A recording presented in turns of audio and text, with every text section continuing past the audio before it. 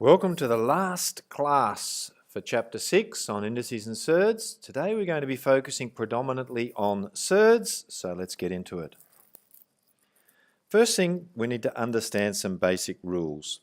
Now, the first thing we need to look at is consider that surds are a little bit like algebra. Consider with algebra I do something like this. 2a plus 5a adds to give 7a.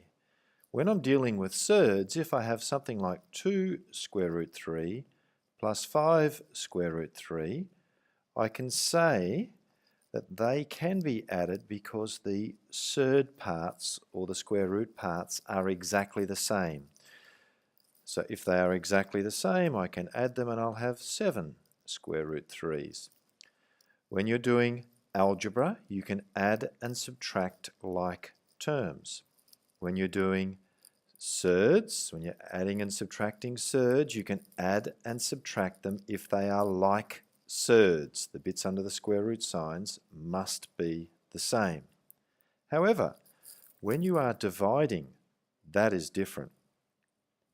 So when you're dividing, or multiplying for that matter, when you're dealing with something like this, when you're talking about algebra, you can multiply them. You go 2 times 5 is 10.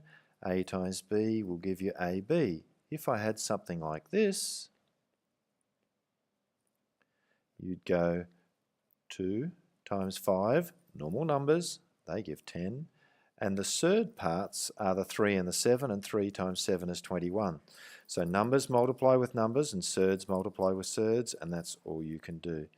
So let's get into some questions and see how we can apply these. The first one, you'll notice with this one that I have a square root 5 and a square root 5, so the surd terms are exactly the same. So there are 3 square root 5's plus 6 square root 5's, which adds to give 9 square root 5. With the next part, are the surds the same? Well, I've got a square root 7 and a square root 7. Remember, in front of that is a 1. So 1 take away 4 is negative 3. So 1 square root 7 minus 4 square root 7 is negative 3 square root 7.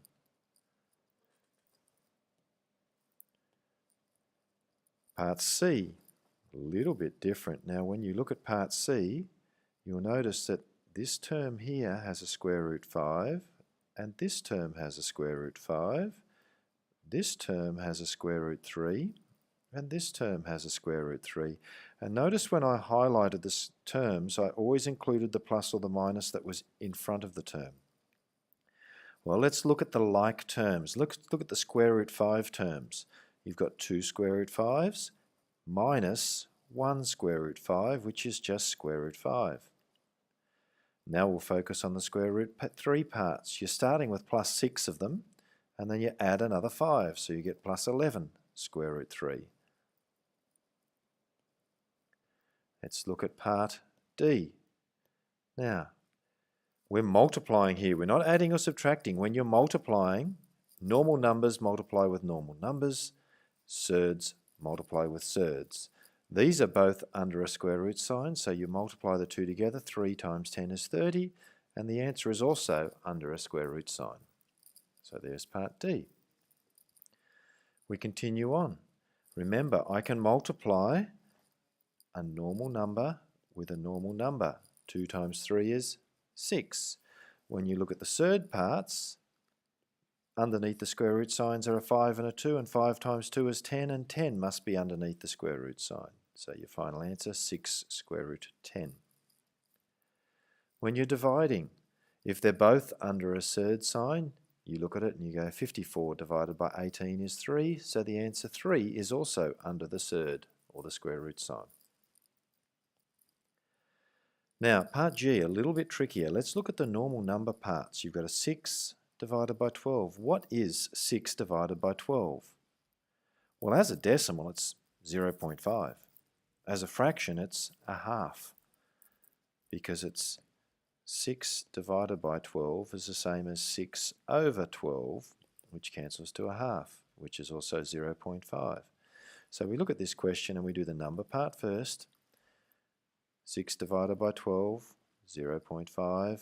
Look at the surds. 14 divided by 7 is 2 under the surd sign. So you get 0.5 square root 2. But what's this bit here?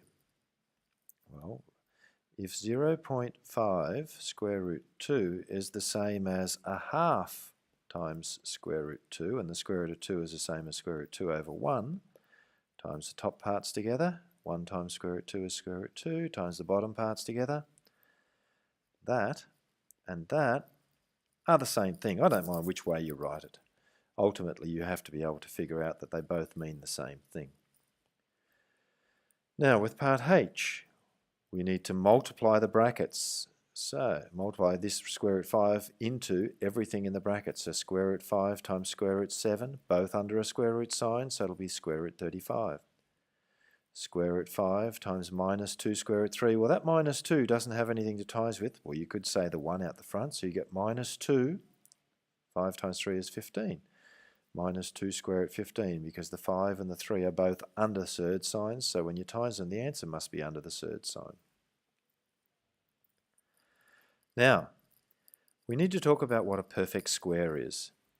I want you to look at these numbers. Now, I'm not going to worry about 1 times 1, but 2 times 2 is 4. 3 times 3 is 9. 4 times 4 is 16. 5 times 5, 6 times 6, 7 times 7, 8 times 8, and so on.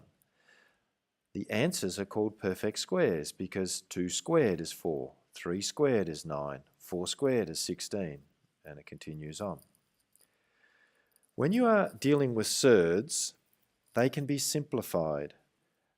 They can't be simplified unless you understand what perfect squares are. Let's change topics for a second. If I gave you this, 10 over 20, as a fraction, you'd look at that and say, well, that's not a fraction that has been simplified. It hasn't been cancelled to its lowest form. It's the same as 1 over 2. Well, surds are a little bit the same. The number underneath the radical sign might be able to be made smaller. What you do to check to see if it can be simplified is you consider all of these perfect squares. Now, do any of these numbers here divide nicely without any remainder into 20? 4 goes into 20 5 times. 9 doesn't go into 20. 16 doesn't go into 20 nicely. And any number bigger than 20 won't divide into 20 nicely, so 4 is the only one. So we think of the square root of 20 as really being the square root of 4 times the square root of 5. Now, why did I put the square root of 4 in yellow? Because that is the perfect square. And a perfect square, when it has a radical sign or a square root sign on it, what is the square root of 4? It's just number 2. So I can write 2 square root 5. Remember, there is a times between them. You don't need to put it there. So the final answer for the square root of 20 is simplified. It is actually 2 lots of square root 5. Let's see if we can simplify the square root of 8. Do any of these perfect squares divide into 8? Well, 4 goes into 8, so I can think of 8 as square root 4 times square root 2. Why did I do the square root of 4 in the yellow colour? Because I know what the square root of 4 is. The square root of 4 is 2, so the answer becomes 2 square root 2. Let's try simplifying the square root of 50. Does 4 go into 50? Does 9 go into 50? Does 16 go into 50? 25 does. 25 lots of 2. Why does the 25 in yellow? Because the square root of 25 is 5. So square root of 50 is 5 square root 2.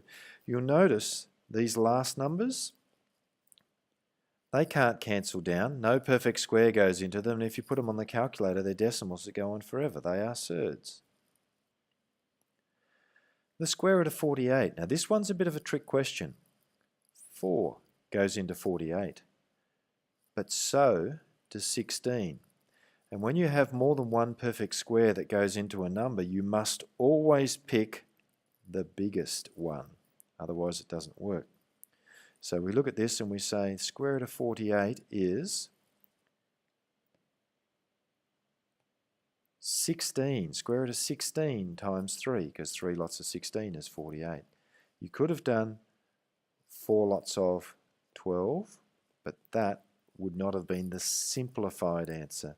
Now the 16 is in yellow because we know the square root of 16 is 4, so it becomes 4 square root 3 for your final answer. Well, that's the process. Time to do some questions and enjoy the wonderful experience that is Surds.